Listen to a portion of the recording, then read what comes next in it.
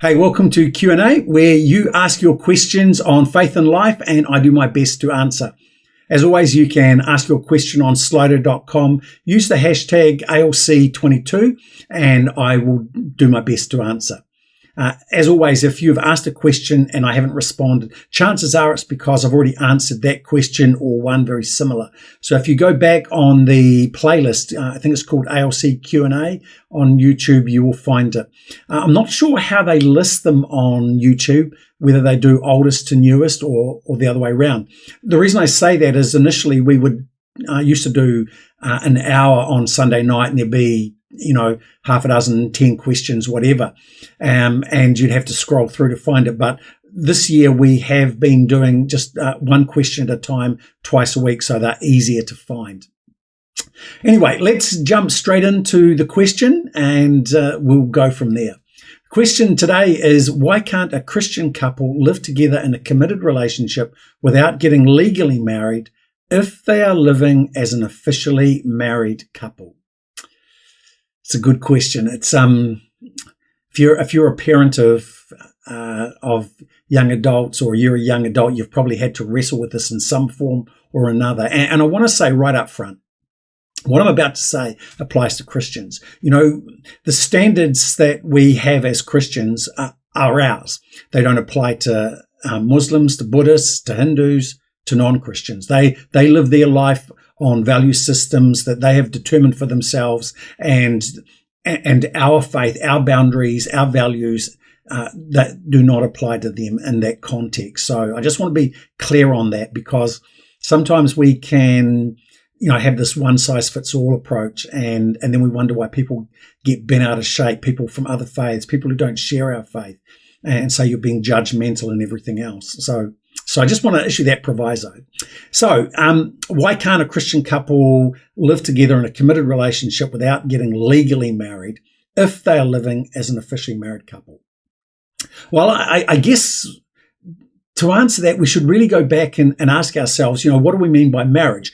In the context of the question, you've said living as an officially married couple. Well, to be officially married in our country means that you apply for a marriage license at the Register of Births, Deaths and Marriages. They make sure that you're able to get married, you haven't been married before, or if you have, you're divorced, and all those sorts of things. They then issue a license that allows a duly authorized person to officiate at a celebration that can look like anything almost, where certain things are said and done, vows are exchanged because it's a legal thing. Documents are signed and they're registered with the Register of Births, Deaths and Marriages, and that's what we mean in New Zealand to be officially married. Okay, so begs the question, what does it mean to be married in the Bible? Because they didn't have registers of births, deaths and marriages. They didn't have paperwork in the way that we do. So I think we need to make that distinction, to be legally married versus to be biblically married. And I think this is perhaps where this question's coming from. There's a confusion between the two. And let me unpack what I mean by that. In the Bible, we find that to be married, for example, in Genesis, with a first marriage, there are three things that take place. There's a leaving, there's a cleaving or a coming together, and a public declaration. And those three things are important. So what happens is they leave their respective families. The couple comes together with the blessing of their families and friends to form a new family, and it's done very publicly. So we see, for example, in the scriptures there, we see Isaac, when he gets a wife, when he goes and gets married to Rebecca, it's a very public thing. There's a big celebration. There's always celebrations. It's a public thing. They pledge themselves to one another. On it goes. Move through the Bible, you find that right through the Old Testament, come into the New Testament, same thing. There's remember Jesus' first miracle in John's Gospel is he's turning water into wine at a wedding. It's a public thing. Now, the same process happens there where they leave their families, they come together with the blessing of family and friends very publicly to become a couple and start their own family. So it's a very private thing. And the reason I say that is that I think that often when couples live together, it's not a public thing. It's a very private thing. They say, we're committed. There's no public declaration. There's no public celebration. Hey, we're entering into this relationship together. We are committed to one another. This is our commitment for the rest of our lives. It's just hey, let's take our relationship to a new level. Let's move in together. We talk about being committed, but it's a private thing. Now, that's not a biblical definition of marriage.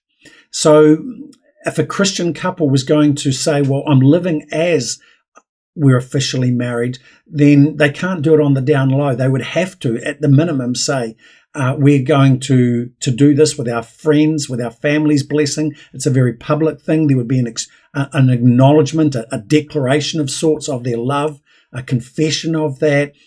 It's a very public thing, and then they would move in together. And if they didn't have the public piece, the official piece of paper, I think you could argue a case that they're biblically married. However, it begs a question: if you're going to do all that, why not at the same time do the legal bit? You may say, well, why? What's the big deal? Well, it's about what other people think. It's not so much about it's changing the nature of the relationship. If you can make the declarations, the same declarations that you would make in a civil service, you can make with friends publicly without that piece of paper. But marriage is supposed to be a window, if you will, to the Godhead who exists in perfect relationship. Marriage is supposed to be a point beyond ourselves to something more. And so if you want, as Christians, if we want our marriage to be a reflection of God and speak to others, then why not get married? Why not do the legal bit? You can say it's just a piece of paper. You can make all those arguments. I get it. I can quote you lots and lots of scripture about what it means to be married, why you should be married. You can't just live together. It's got to be a public thing and all those sorts of things. And I would say that if a Christian couple's committed and living as though they're married, then why not get legally married? And I would say that if they're not willing to do that, then probably the commitment, probably there's some other issues there, and I'd want to be very wary about treating them as a married couple. I don't think it honors God. I don't think it honors themselves. I don't think it honors one another. So that's why a Christian couple can't really live together. The biblical definition of marriage is a leaving, a cleaving, and a public declaration. Isn't that what a legal ceremony is about too? There's the leaving our individual lives, coming together publicly and making declarations. Why not? Why not do it? Paul tells us to be submitted. I know that we can say, but it's not necessary to be married, but it's about our witness. It's about what it says to other people. So that's how I would look at it. It's a tricky one, isn't it? So those are my thoughts. Be interested to hear your thoughts. As always, you can post your comments down below. I'd love to hear from you. But that's it for now. Until next time, God bless.